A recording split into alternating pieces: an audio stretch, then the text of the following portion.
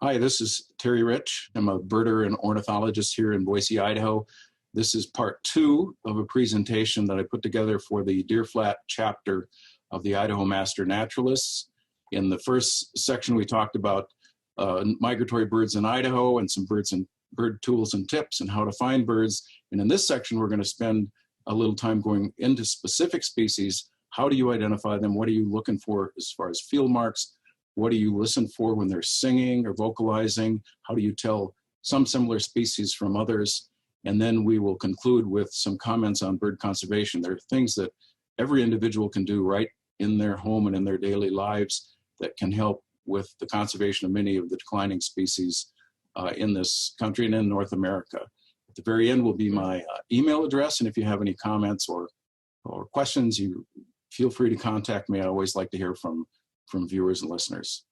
The first thing you want to do as a birder is simply find birds. And if you're just starting, the big key, there's two big keys, but the biggest key is just to watch for something moving.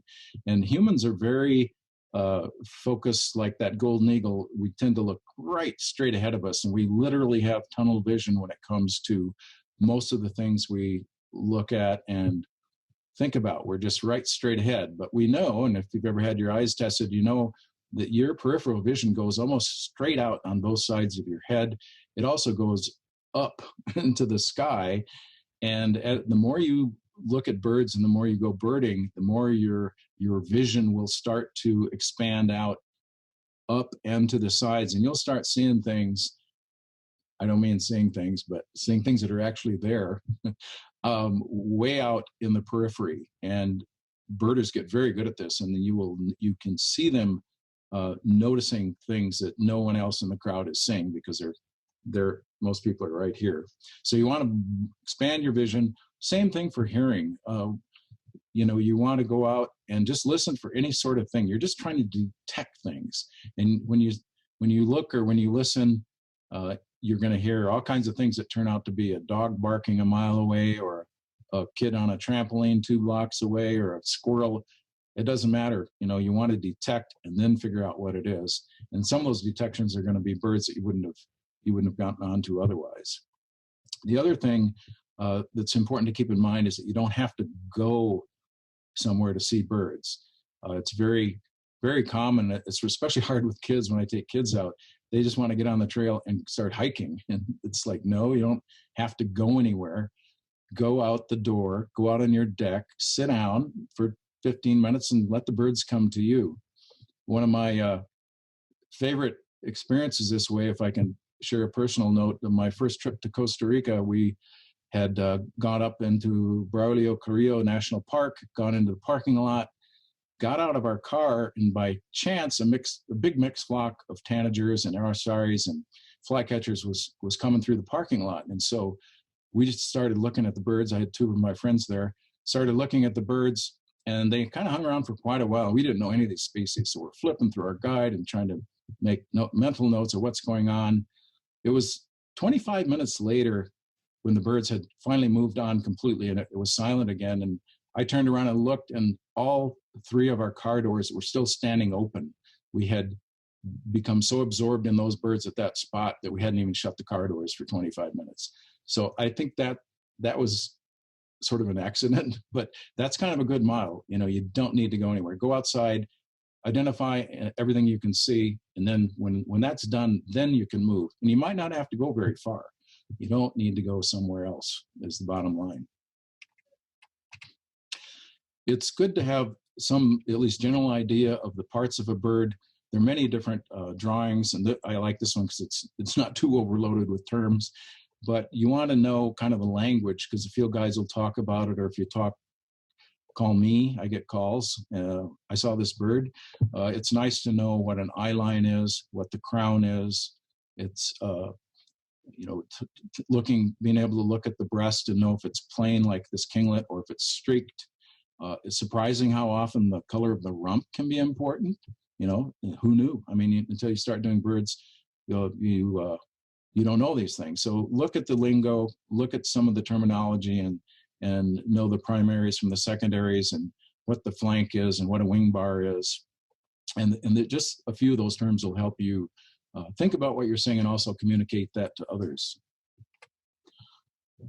Song quality, a lot of the phrases that I've used my whole life include these sorts of things. Whistles are calls that don't have any buzziness to them, like a robin. Very clean whistles up and down. And we'll listen to a bunch of this stuff here in a second. Is it buzzy or not? Does it have a real buzzy quality? Is it a trill? A trill is a note that's just repeated rapidly, the same note one after the other. Is it a very simple song? The Dwarf Tyrant Mannequin we listened to a little while ago is certainly a simple song, 2 notes, tick, tick, and that's it. Is it complex? I mean, look at that superb lyrebird. You can't even describe that song, it's so complex. The lyrebird is also melodic, very sweet, lovely whistled sounds, or maybe some birds have noisy songs like yellow-headed blackbirds. Is it really fast? You know, something that's so quick you couldn't even describe any of it, or is it a slow, like a mourning dove, where you can hear everything they're doing? Is there repetition, you know, to hear that same note over and over, or is every note different? And if it goes up or down the scale, or maybe just straight across, that also can be a good clue. Well, these are the old terms. Well, let me do this first. The one reason I spend a lot of time on song is that, you know, you see this bird and you can go, okay, it's a brown and white bird, and you can start flipping through the guide and say, well, it has brown wings. That's not going to help too much. Doesn't have any streaks. It has an eye line. It has kind of a long beak. It has a checkered tail, and you can spend quite a long time futzing around if you don't know exactly where to look for what this bird is. But as soon as this bird opens its mouth, it tells you who it is. And that's the fantastic thing about birds. And one reason they're such good indicators, as I mentioned in part 1, every time they open their mouths, they say who they are. Now, it can be tricky to tell some birds apart because their songs may be somewhat similar, but they're mostly pretty distinctive. And if you learn these songs, you basically don't have to see the birds. And if the bird is singing in the brush or over the hill or high in a tree full of leaves, you know what you've got. And you may want to, I've already seen that, I'm going to keep moving. Or you go, wow, that's my first Western tanager. I'm going to go run that down until I get a look at it because I want to see that bird. So they say their name, learn the songs. That's the best way to get to it. I should add that those of us who do breeding bird survey routes and do other sorts of surveys of birds, where we're actually working more than having fun, I would say it that way. We don't look at most of the birds. Maybe 80 or 90% of the birds are recorded just by hearing them. And if you get very good, you can learn the calls and the pips and tweets, and that's a lifetime of work to learn all those, believe me. I don't know them all. I have some friends I think who do. The terminology that I just showed you is definitely old school. Nathan Pipolo a few years ago started doing an absolutely incredible project to produce a field guide to bird sounds. And he's done Eastern North America and now Western North America. He has a website called Earbirding, and this field guide is like the Oxford English Dictionary. This is not something you're going to read or maybe even flip through because it is so dense with information.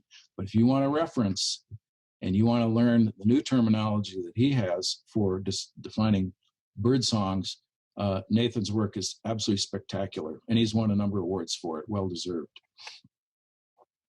A really fun thing you can do on your computer right after I'm finished here is go look up Birdsong Hero. The cool thing about Birdsong Hero is that it lets you match what you're hearing to the sonograms or the printouts of the bird songs. And this, for some people, this really helps a lot, helps them realize kind of what they're hearing. How do I tell this sound from that sound? So what these sonograms are across the bottom, across the x-axis is time. And so I'm not going to play these. We'll do some others in a minute. This is maybe a couple of seconds. And then on the y-axis, or the vertical part, is frequency, so that you get a picture in your brain, a literal picture of the sound. And again, for some people, putting those two together really helps them realize what they're hearing, tell one thing from another, and learn songs much faster. So go to Birdsong Hero. It gives you a little little contest, and if you pass that, you get another little contest. I would like to see them add a lot more, but it's fun. And it's a little different presentation each time you go there. They randomize the birds that are being presented. So Birdsong Hero, highly recommended. If you get even more interested in birdsong, all the bird songs I'm going to play in the next slides, the ones I've already played, come from this website called Zeno Canto, Strange Song. This is a world database of bird songs, and as of this screen grab yesterday, there were 525,000 plus bird recordings in there. Most of the birds in the world, over 10,000 species are in there.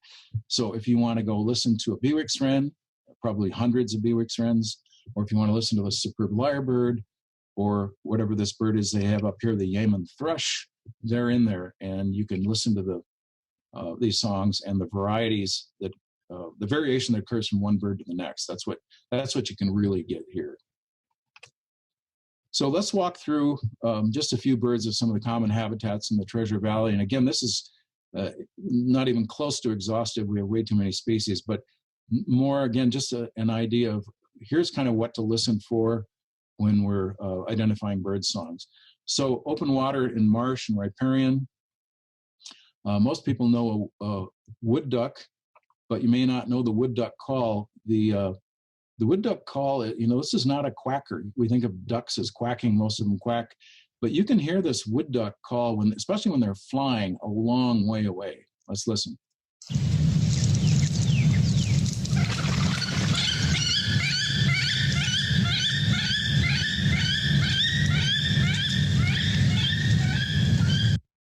So there's a bird that sounds incredibly annoyed and very outraged that you would flush him or her. And you can hear that, like I said, carries a long way, and you may not see this bird, but that's a very distinctive sound. One thing we do with, in using identification is to use the term unmistakable for birds that you just don't need, you don't need to talk about a male wood duck. You don't need to talk about the colors. It's unmistakable. There's nothing else on the planet that's even vaguely similar. So when we say unmistakable, that's what that means. The female is not so unmistakable, but that big white teardrop shape eye spot, it has a big white behind the eyes, very distinctive for a female wood duck. A couple of other, or another bird that's on the water that's quite sort of maybe looks like a lot of ducks, are these little brown gadwalls. Nice thing about the male is it's the only male duck that has this white patch in that place on the body. And as one of my friends says, when looking at ducks, always think, where is the white? Where is the white? So we'll see if that works for some of these next birds. There are 4 birds in the valley that you can see. Mallard, obviously very common. Red-breasted merganser are not that common. All of them have green heads. All of them might be out on the pond. But what I want to show in this slide is simply that looking at what colors there are where the bird hits the water can really help for a lot of species. So if you've got a green-headed duck and it's kind of far out there, don't worry so much about anything, but look at what's on the water. So with a mallard, you've got off-white on the water. With the shoveler, you've got white rufous white and then black at the tail. The common merganser is basically white from stem to stern. And then the red-breasted merganser, hence its name, with some sort of a red breast, then black. It's got white, it's got gray. It's got a lot going on, but look right at that water line and see what sort of pattern you see, and that can be very helpful. Where's the white? Well, American widgeon males are pretty easy with a big white head. Look at the white on the tail, very much like a gadwall, but the gadwall doesn't have the white on the head. Female widgeon and female gadwall, that's some homework. You can go and see how to tell those two apart. Where's the white? The pintail, it's got this big white line coming up the back of the neck. And I would also point out on the female, is one of these birds where the shape of the bird is really helpful. Look at there's a relatively long and elegant neck compared to other ducks. So The shape of this bird can be quite helpful even in flight. You can sort of see that longer neck. We have 3 species of teal, whereas the white, the blue-winged teal, it's not very common in this part of the world, very common in the east. They've got this big white face crescent and then some white toward the tail, but the face crescent is really distinctive in the breeding season. Green-winged teal, a lot of times the head will look quite dark. If you don't hit the light just right, you can't see that green and rufous on the head. It might look like a dark, but here's a little bird, and look for that white vertical line towards the front of the bird. That often shows up quite well. For cinnamon teal in breeding season, I would say unmistakable. Even in the non-breeding season, they're so much more richly colored. So it's a very small duck. It's very richly colored, very warmly colored. You've got a cinnamon teal, and they love some of our smaller western ponds, stock ponds, things like that. Here's 2 birds that look very similar. If you look at the color on the water, it's going to look very similar. But this bird, oddly, the ringneck duck has this little knot on the back of its head. Most duck heads are more or less rounded, but this guy has this knot, and it really shows up at quite a distance. In addition, if you get any kind of light at all, you can see this crazy bill on this bird. Everybody thinks it should be called the ring-billed duck.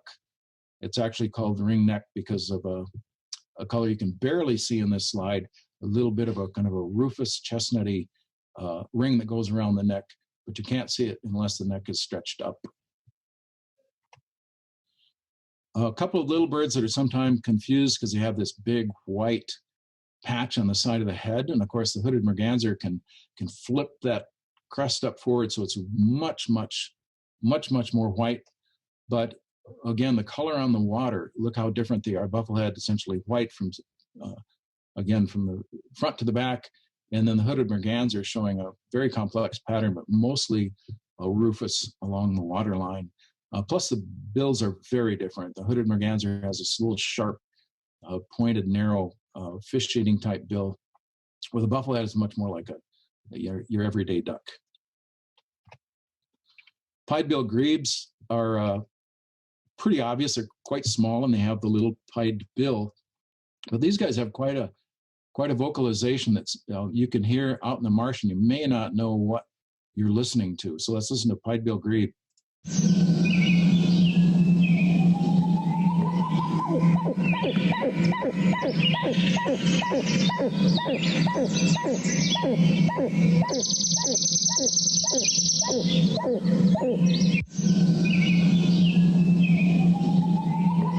So that's quite a nice racket. It sounds like something from the Amazon jungle, but it's a little grebe out in the tules, and you may never see them. But that, again, is a call song, if you will, but a call that carries a very long way.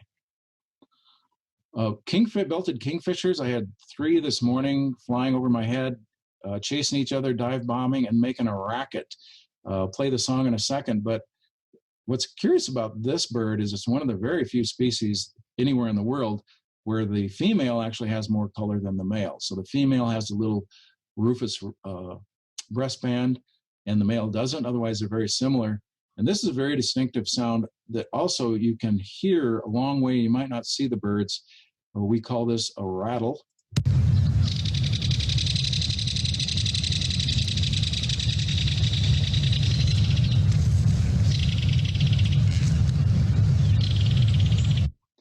So very common along the Boise River and common around the country, really. But again, you can hear that call a long way off, and nothing else sounds quite like that. You know what you've got. One of the great songsters that isn't here yet, they'll come up in late April, early May, are yellow-breasted chats. A couple of reasons I put this bird up here. It's a spectacular bird to listen to. They're quite gorgeous, but it also is a good example of what's called a spectacle. Some birds have eye rings, which is just a circle around the eye, but some have spectacles, and that's where you have a circle around the eye and then a white line going down the loris. So it's literally looks like it has a little pair of white glasses on. There's some vireos that have spectacles and a few other species. Chats are fabulous vocalists, and let's listen to a little bit of yellow-breasted chat.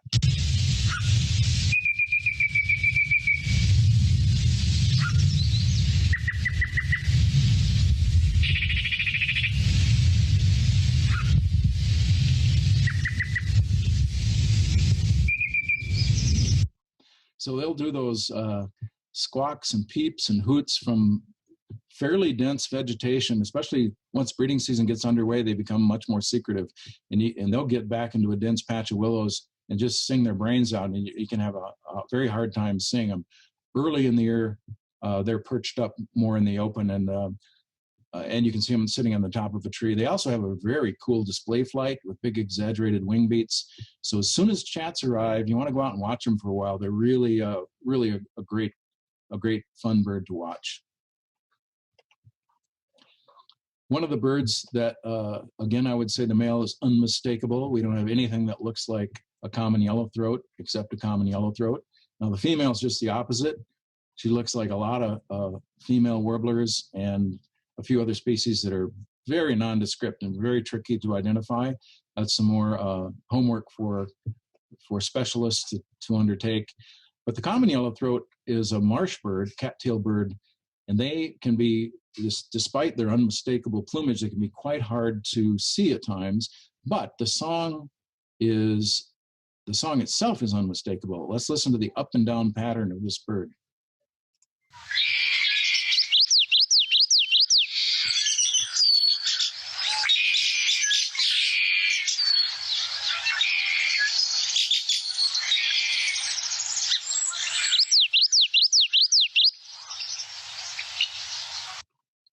So if you could hear that up and down, weet-choo, weet-choo, weet-choo, weet-choo, very distinctive.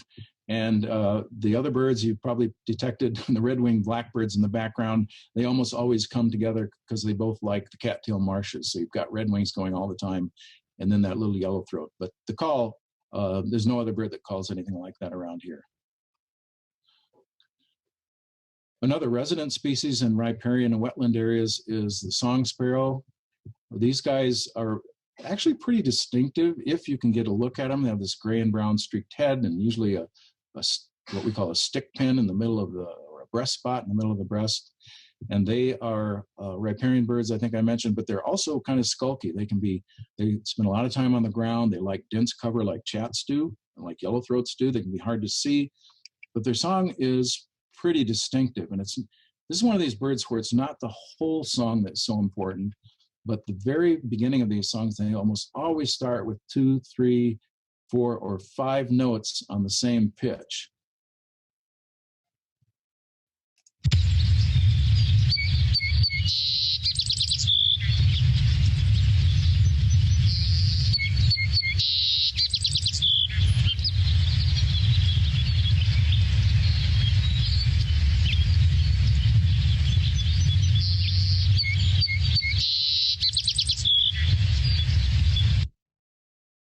So this guy had, I think, 3 introductory notes, dee, dee, dee, and then some complex notes. So once more, those complex notes don't really matter. They don't help you. They're hard to describe. But when you hear those opening dee, dee, dee on the same pitch, around here, it's a song sparrow. Another bird that isn't here just yet, but is a real favorite because the males are so gorgeous, I would say unmistakable, is the black-headed grosbeak. Females, not so distinctive. All that big white eye line usually shows up pretty well, but that gigantic grosbeak, that big beak, is really unmistakable, really classic seed-eating bill. And this is a bird that I like to use the song of this bird when we get into a little more advanced song presentation, because it's very similar to American robin, but it's clean whistles, no buzziness or almost no buzziness. Very clean whistles, but it's a little bit faster and it's a little bit higher pitched. If you're familiar with robins, see if you can hear that.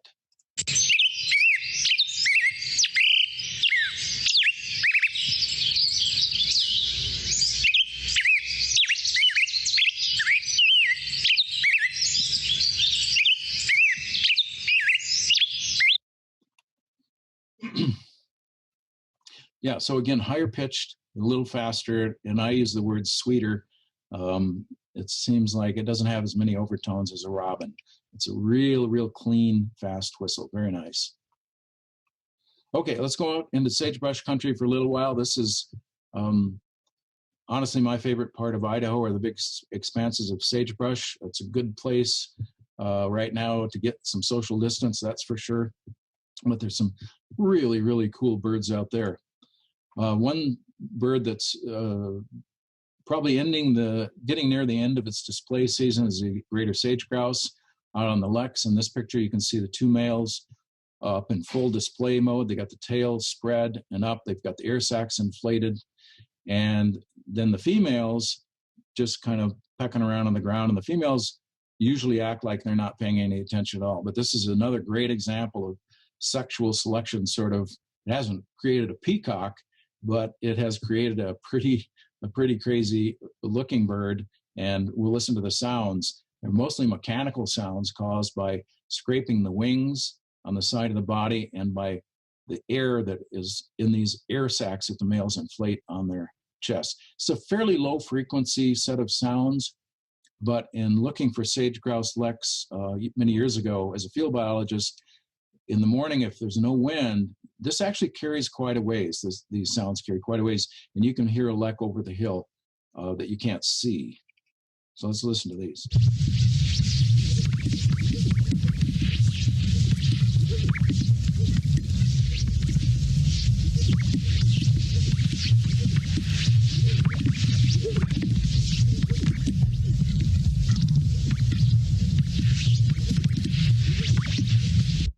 So I hope that came through okay. If it didn't, you go to Zeno Canto and listen to some. Of course, when the males, one thing I didn't mention, when the males are doing this, they're also continually rotating like a lighthouse. So that big white breast, especially right when the sun's coming up, is literally like a lighthouse beacon across the sagebrush. So they can be seen for a way farther than they can be heard. Certainly, it's got to be one of everybody's favorite, our meadowlarks across the United States. The meadowlark really punches out a song, and notice sometimes in the foothills, they'll get backed up against a slope that seems to push the sound out in front of them, so it just carries forever. What's interesting about the meadowlark is they've got their regular song. Then they've got a little call they do very frequently, and they've also got a flight song. And you can hear all three of these in this sequence. And we'll play it, and then I'll tell you about it again.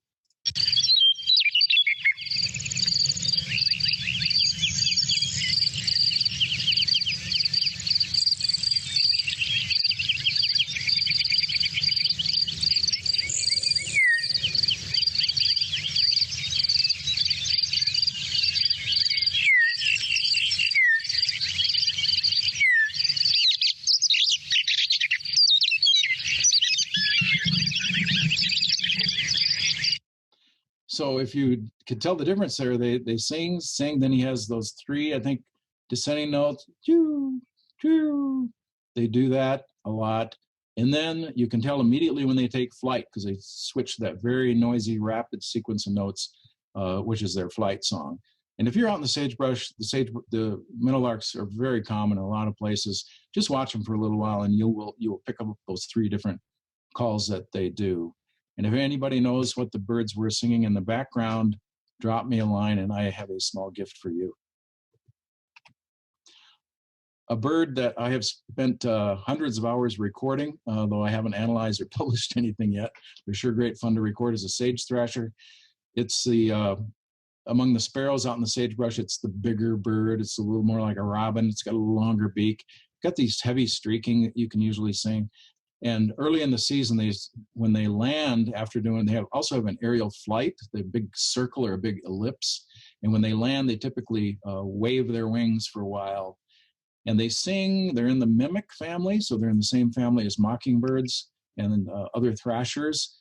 They can mimic and they can sing, it seems, endlessly.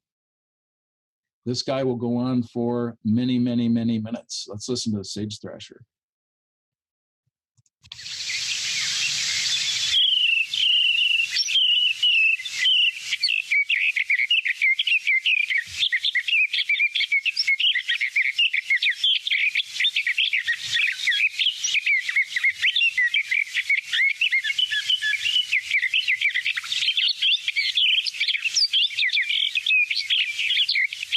And on and on. I think I have one recording that was 11 minutes without a discernible break. So somehow these birds are breathing while they're doing that.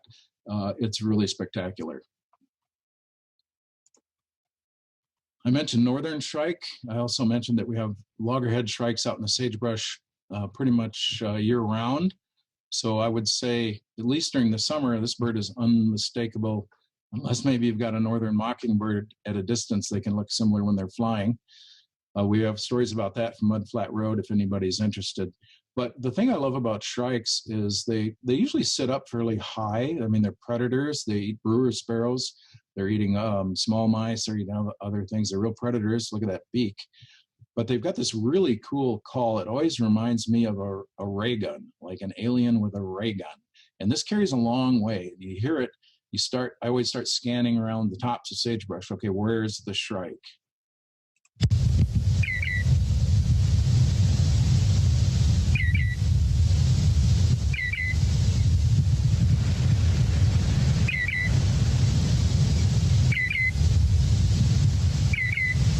Okay, you get the idea. They also have a fairly complex song, but you're much more apt, in my experience, to hear this little two-note ray gun call. And if you scan around, they typically nest in the tallest sagebrush or bitterbrush, or if there's something else out there, they want the biggest thing they can find to nest in. So look for these birds, especially during the nesting season, in the taller patches of basin big sagebrush, like in the draw bottoms, or someplace where there's a little seep and a little bit taller vegetation. That's where the nest is probably going to be. Although, of course, we don't bother nests. The bird I did my master's on remains one of my favorites out in the sagebrush sparrow. It used to be the sage sparrow. One of the things that's most distinctive about this bird, I mean, it's got an eye ring. It's got a big white mustachial stripe on both sides of the face. But one field mark that it really shows up well, even at quite a great distance, is the break between the gray head and the brown back. So even if the bird's a long way off and not looking at you and not singing, that pretty much gives you a sage sparrow. They have a really interesting song. It's not very loud, but it's a curious little combination of short trills.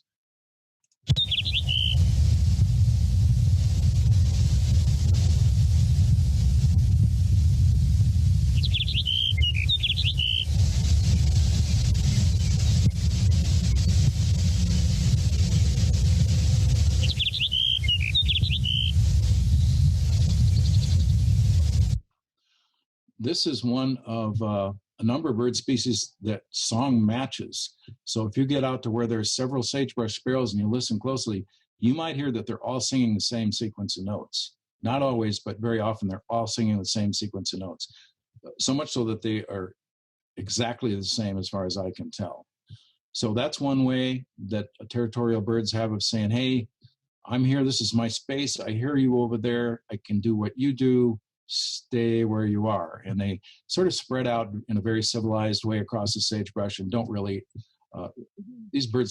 most birds don't fight. They just come to an understanding, I guess, like all good neighbors do, and they stay in their space, you stay in your space, and we'll talk over the fence sort of thing. Thrashers mimic sagebrush sparrow notes along with brewer sparrow notes, but thrashers can't quit singing, so they'll go on to do their usual stuff. You can hear the sage sparrow notes sprinkled in there. Probably the bird with the plainest body and the biggest song of any I can really think of. I have to think maybe anywhere in the world. These guys have to compete. It's brewer sparrow. They're very small, as you can see, a very, very plain sparrow. It's got a little streaky crown. If you can get a good look at the crown, that might help you. But they're pretty plain. But they have one of the most amazing songs of any bird. Actually, they've got two songs. One is a little two-part, two-trill song that they do sort of routinely during the day as they're sort of patrolling their territory and saying, hey, I'm here, I'm here.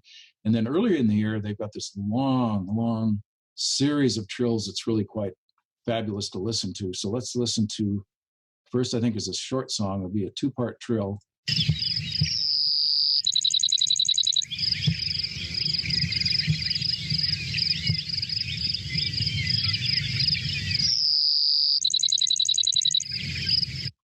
And that is absolutely classic. A faster trill and then a slower trill on a lower note. They do a lot of other things, but that's the most typical pattern. The long song, like I said, is a very long series of trills that can go on for maybe 15 or 20 trills.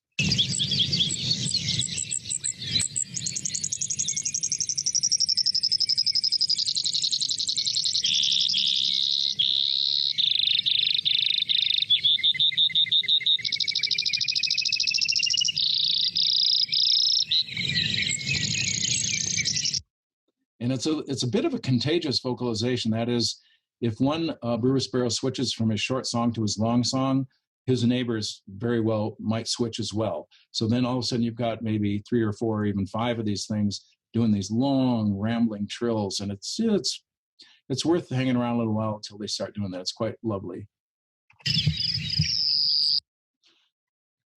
A bird out in the sagebrush that's not nearly as common as the 3 that I just showed you, or even the shrike for that matter, is the lark sparrow. Now, this is an absolutely spectacular sparrow, as you can see the head on this bird.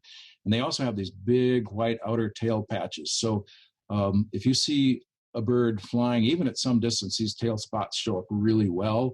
They've also got a really interesting series of sort of squeaks and chats and twerts. And let's listen to lark sparrow.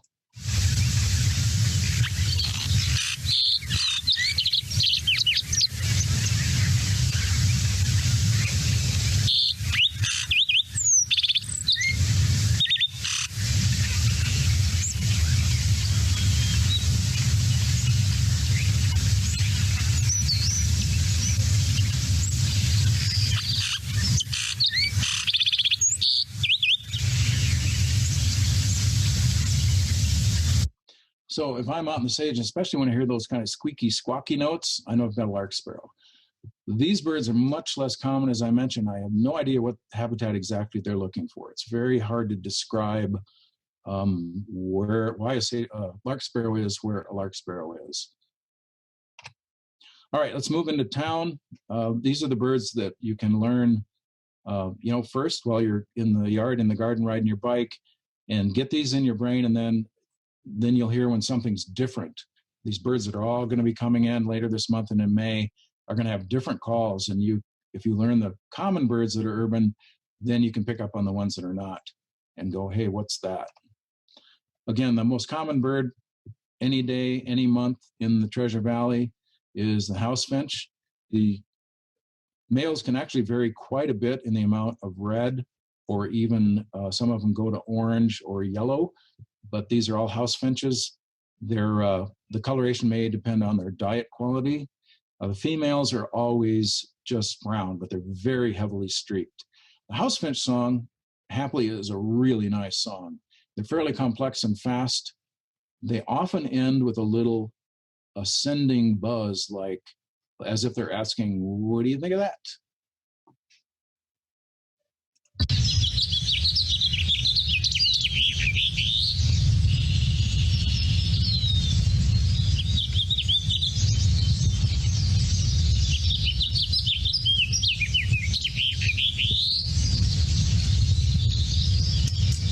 So hopefully you can pick up on that ascending at the end. Their near neighbor, the Cassin's finch, which is not at all common in town, but more up in the, like on the road to Silver City or going up to Bogus, you run into Cassin's finches. They have a similar song, but they don't do that buzzy ascending note at the end of their song, in my experience. Mourning doves really cranked up.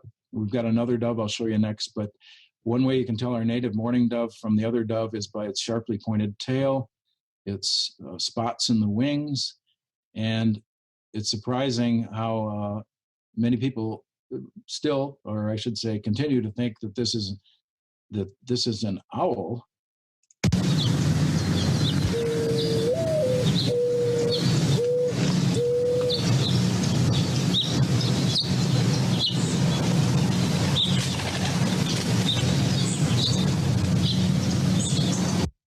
Let's play it out just one more time.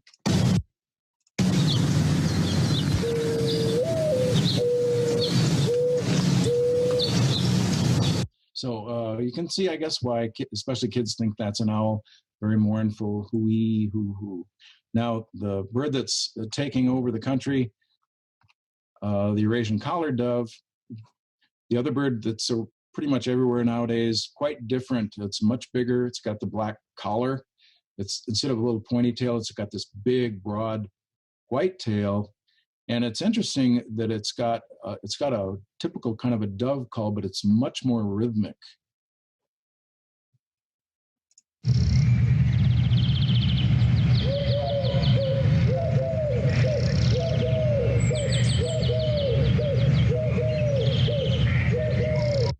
So that's a very typical dove call. A lot of African doves do something like that. White-winged doves do that.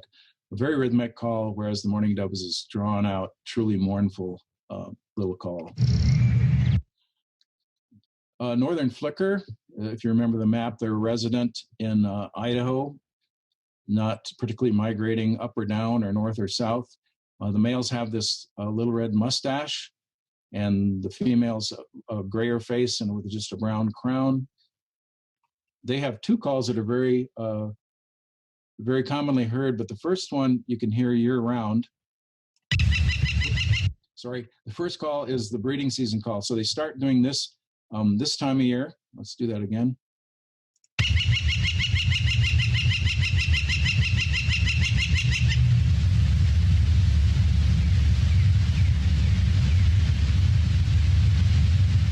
So very long, loud series of notes. That also carries a great distance. You can tell you've got a flicker. The other call they do year round also carries a lot, but it's just a single loud descending note.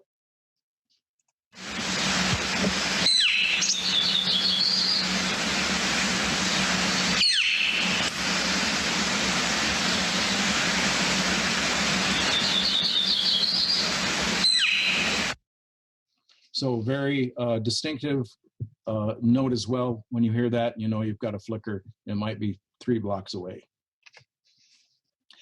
American kestrel, one of our favorite, the smallest falcon in North America. Absolutely gorgeous bird, as you can see here.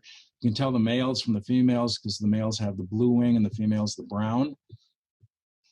They also have a call that's sort of like flickers and kingfishers. It's loud, it's noisy, and it's unmistakable.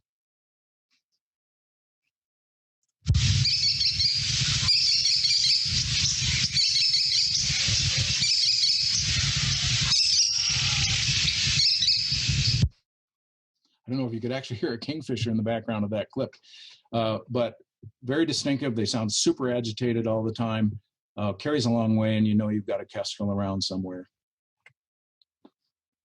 The bird who has become the sort of the mascot of the Foothills Learning Center is Say's Phoebe. There's a pair. Of course, we don't know if it's the same pair. They're not banded, but this female nests right by the front door every year on a really super protected little area.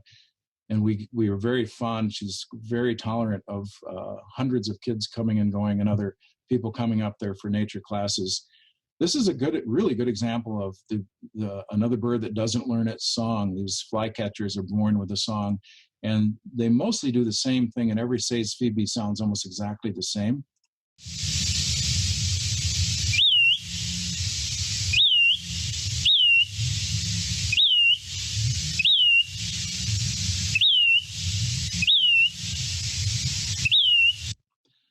So that descending little peer, you hear that, you've probably got a Say's Phoebe. They sometimes, I have one in my neighborhood the other day, alternating with a little more of a pip-pip note. But this descending call becomes very, very common. And I noticed that lesser goldfinches mimic these guys. So beware if you've got both. Much more vociferous and raucous bird are the western kingbirds. Haven't seen one yet. They're big insect eaters, so they need to wait for the insect flush to start before they come north. This is a fabulously fun bird because it's just always so energetic. And I guess it sounds a little bit annoyed, the way it twitters. Let's listen.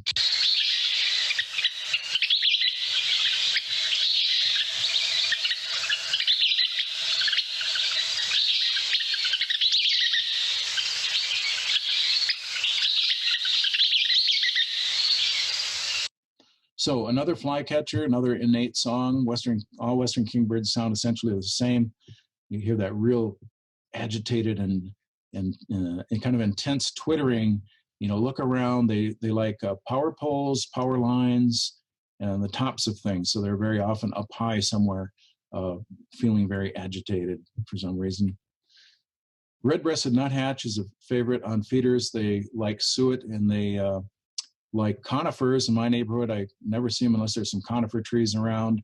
It's a really good example of a relatively rare song quality, which is nasal.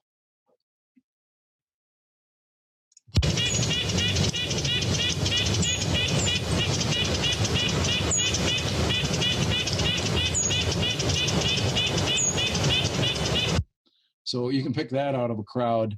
They do some other really tricky vocals, especially when the young are out of the nest and they're traveling around in family groups.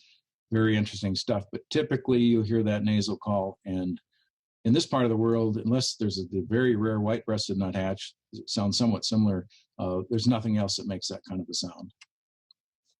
Black-capped chickadees, another favorite in the resident category. Urban bird, seems to do fine in town. They've got two basic calls. One's a chickadee call.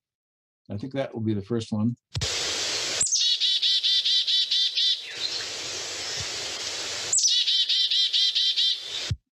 So pretty obvious, that's where it gets its name. But as soon as the days start getting longer, sometimes right around to the first of the year when it's still dead middle of winter, but the days are getting longer and they know spring is coming. And so they have this little song called Springtime or Mayday.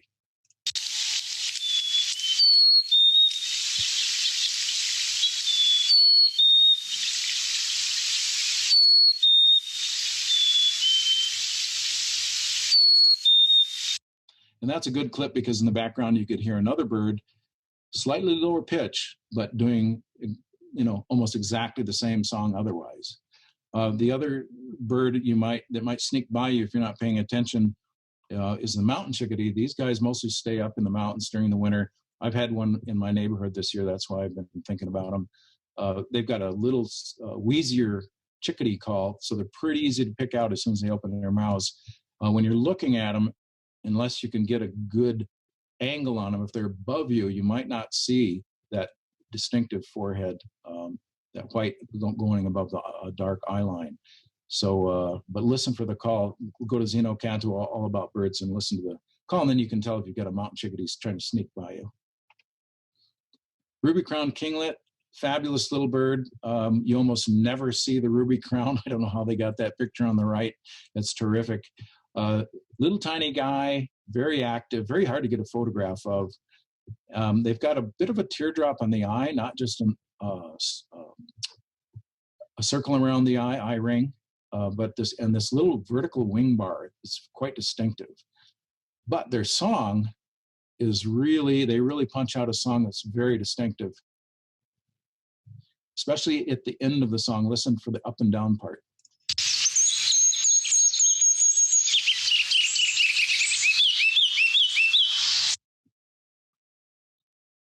That was a short clip. One more time.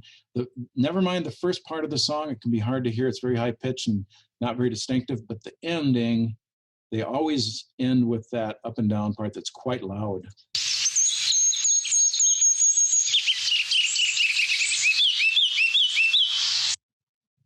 So listen for that. They've just started singing them in the last few weeks around town, and you'll find them more up in the mountains.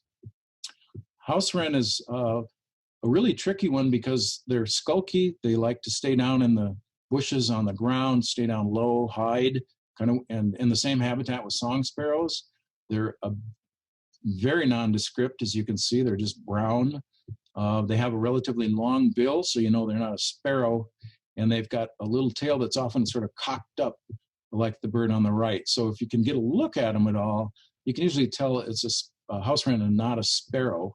But the song is quite unlike any other song. It's a very rapid series of repeated notes.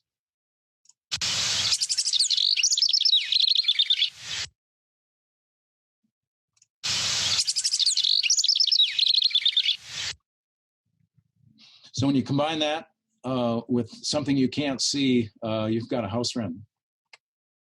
American goldfinches are one of our favorite feeder birds because they like thistles and they're so colorful. Although in the winter, like the bird on the right, They're not quite so snazzy as the breeding season males. Oops, I got it. The song of the goldfinch, the pine siskin, and the lesser goldfinch, which we'll look at next, are all pretty similar. There are a lot of really rapid, twittery notes, and I think they can be hard to distinguish from one another. They're also mimics.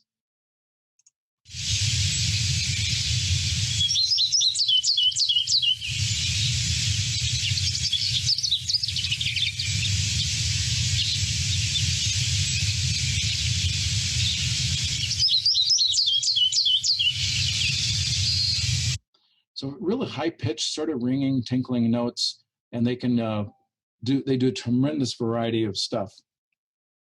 Now, the lesser goldfinch, which is becoming really common around here over the last few years, can be confused with the American goldfinch, kind of in some cases. If you look at the breeding males, let's go back to the breeding male American goldfinch and the male lesser, quite unlike each other. Lesser having this black cap. The female is a little easier to distinguish, to confuse. But one thing that the lesser goldfinch has is yellow under the tail. So if these birds are perched up in a tree and you can't tell what you've got and they look kind of nondescript, check the undertail coverts. And the lesser goldfinch, they're yellow, and the American goldfinch, they're white. And so far, from what I've seen, that's a good, reliable field mark. What's better is this really distinctive, they have this very plaintive descending call in the lesser goldfinch. And they seem to give it, if you don't hear it immediately, you'll hear it within a few seconds from a flock. And then you know you've at least got one lesser goldfinch up there.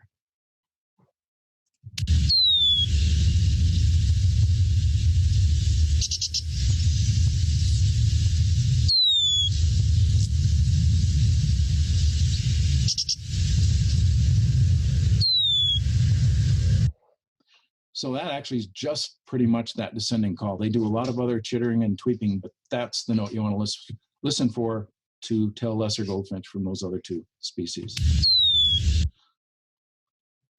So there are a few birds out of many. Again, the idea is just sort of get an idea for the sorts of things we listen for and look for in birds. You can spend literally a lifetime sorting through these things, or just kind of learn the ones that are near you and enjoy them for what they are. So let's talk a little bit about bird conservation.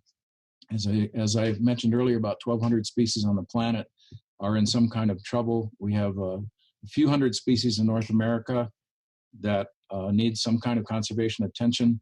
And the thing that a lot of us keep in mind was the passenger pigeon. It was 2014 was the centennial of the extinction of the passenger pigeon. This was by far the most abundant bird that North America has ever known.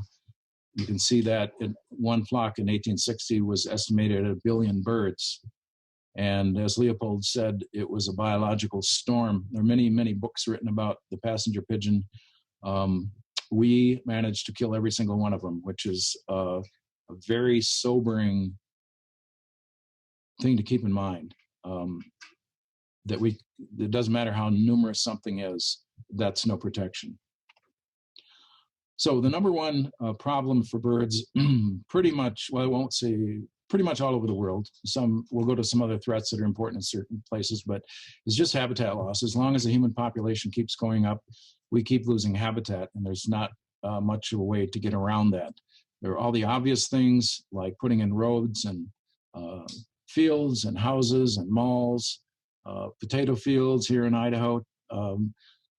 Cattle grazing doesn't ruin habitat, but it degrades it. And there is a lot of research that shows that no matter how careful your grazing is, you're going to take out certain components like grass that some birds need, and it's going to harm the habitat. So habitat loss is number one, and degradation. This study that came out a few years ago shows an analysis of some of the other causes of mortality. First, I'll point out, if you're not used to log scales on the y-axis, that's because these bars are such different heights, you can't get them into one graph without converting to log scale. You can look that up if you're not familiar with it.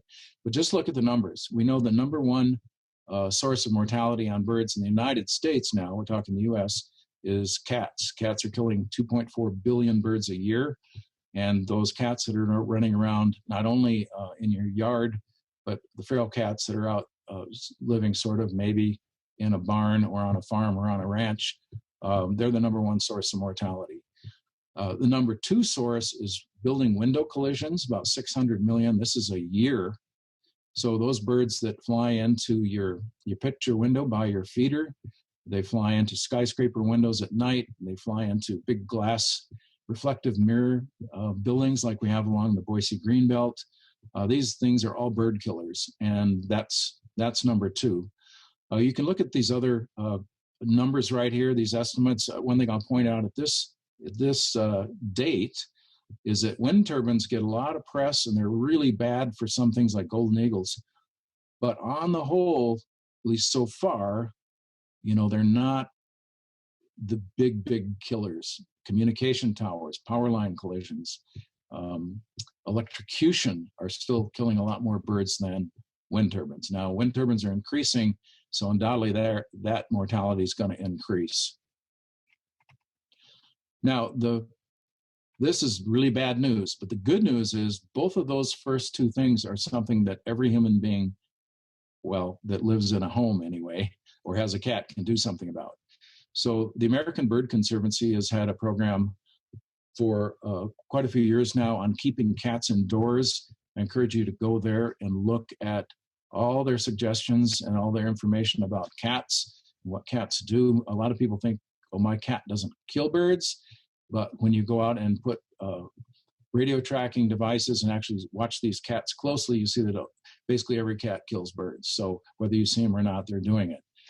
But you can keep your cat indoors is the number one solution. Bells don't work very well. Declawing doesn't work. They still can catch things. One of the things that's catching on in the Portland area and Seattle and the West Coast are catios.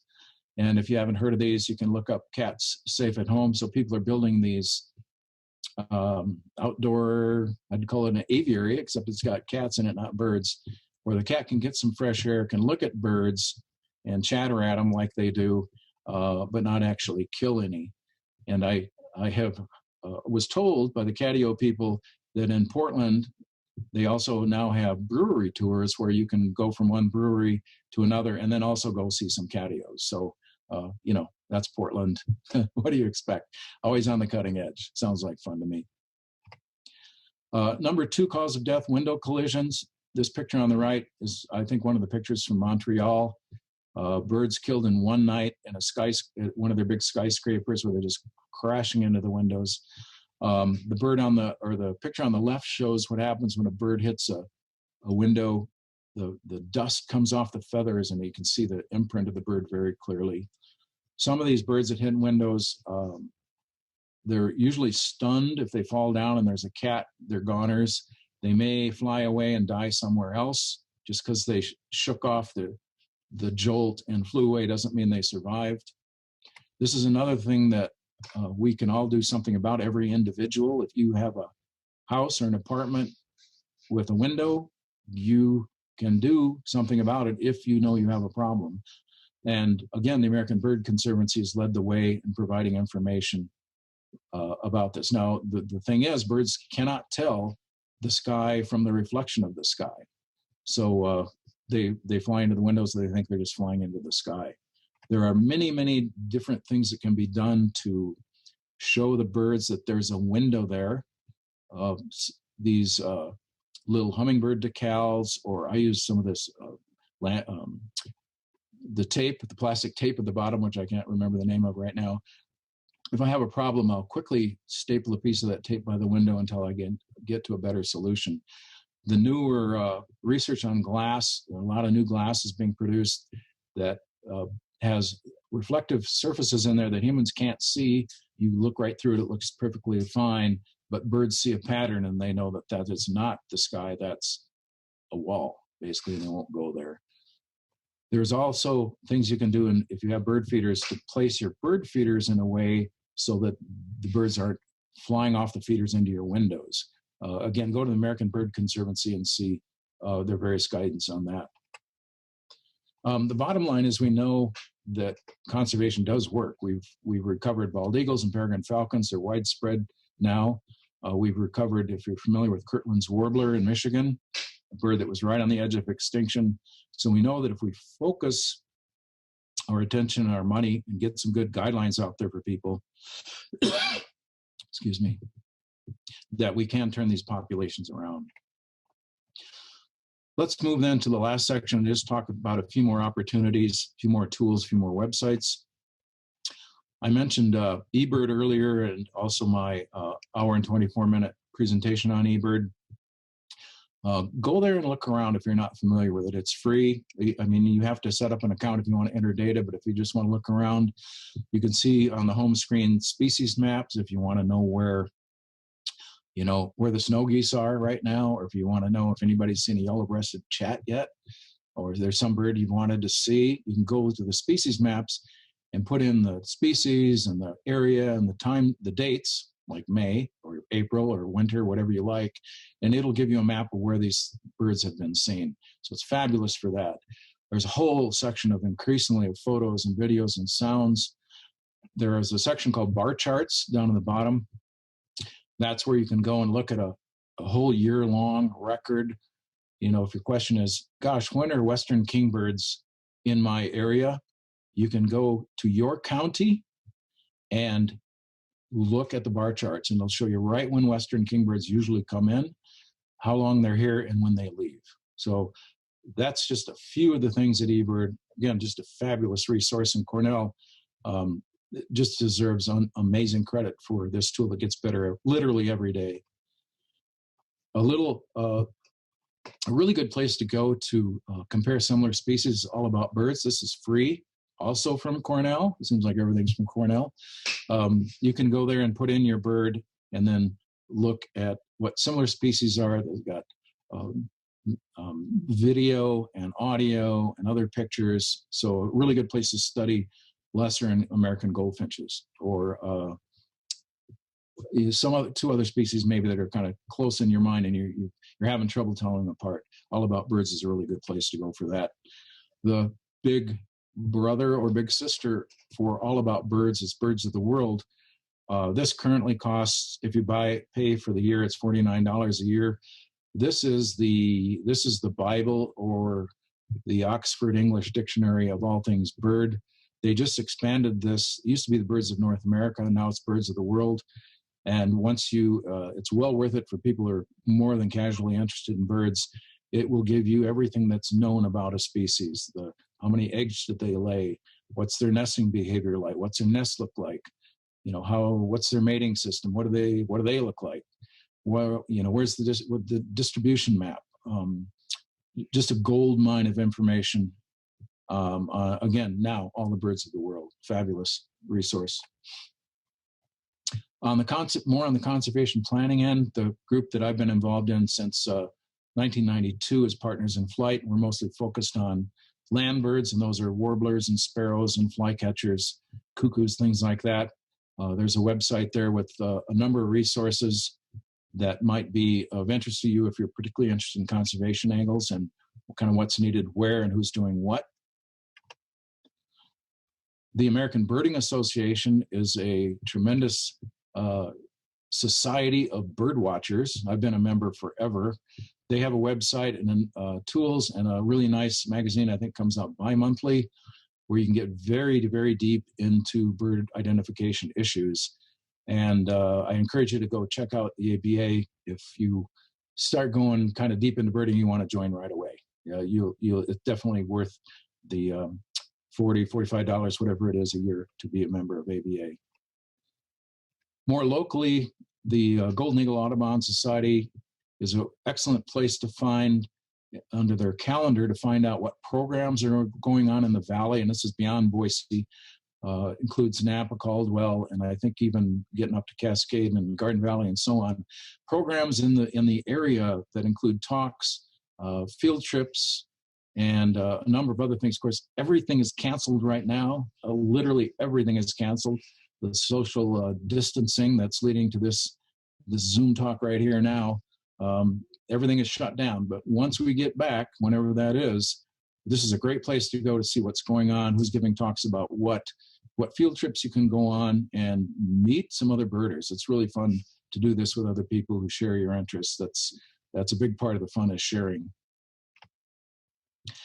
As I mentioned, Tom Carroll behind the scenes here today, doing the recording, the editing, and the producing of this, which will hopefully be a final video soon, is also the guy behind the Idaho Birding Facebook page.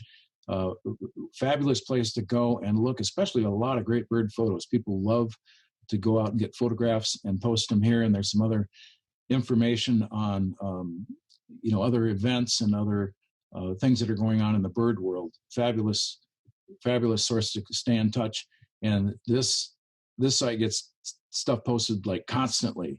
So if you're over there looking for something and then you go back 5 minutes later, you're going to have to scroll down, because people are very, very active on Idaho birding. There's another group in the state that works on conservation issues called the Idaho Bird Conservation Partnership. It's led by Jay Carlisle out of the Intermountain Bird Observatory. They have, we meet twice a year to talk about very specific conservation projects in the area, and one of them, as shown by the cover photo here, is long-billed curlew monitoring and tracking in the valley. So check out Idaho Bird Conservation Partnership, and especially if you're kind of hands-on conservation, come to our meetings, meet some people, and see if there's some way that you can contribute. And if you maybe have some ideas that no one else does, that's almost always the case, so we'd love to see you there. I already pitched myself enough probably, but if we ever get back to meeting in person, I give a talk at the Foothills Learning Center on the first Wednesday of each month. As I mentioned earlier, it's geared to sort of the season of what's going on. Normally from April, May, and June, I spent a lot of time on bird song and the birds that we're going to see around, the Treasure Valley. In July, we go up to the mountains for a field trip. I already mentioned my YouTube channel, so some of the talks that I've given at Foothills have been recorded, not nearly all of them, but they're sitting there. And one I did not too long ago with Tom's help was spring birding in Hulls Gulch. There it is, spring birding in Hulls Gulch. That goes a little deeper into a few more birds and bird songs if you want to go over there and have a look at that. And of course, all the eBird stuff is there. So that's it for today. I thank the Deer Flat chapter of the Idaho Master Naturalists for inviting me to present. I hope this recording will be useful to you and to others who may be just kind of starting into birds, and that you'll find this to be helpful. A lot of the links can take you down many, many, many roads, and you don't need me for that. So go visit these websites and go birding. Be safe. That's one thing you can do by yourself out in the country without endangering your health or other people's health. And it'll be really good for your soul, I think, to do that. Thanks very much.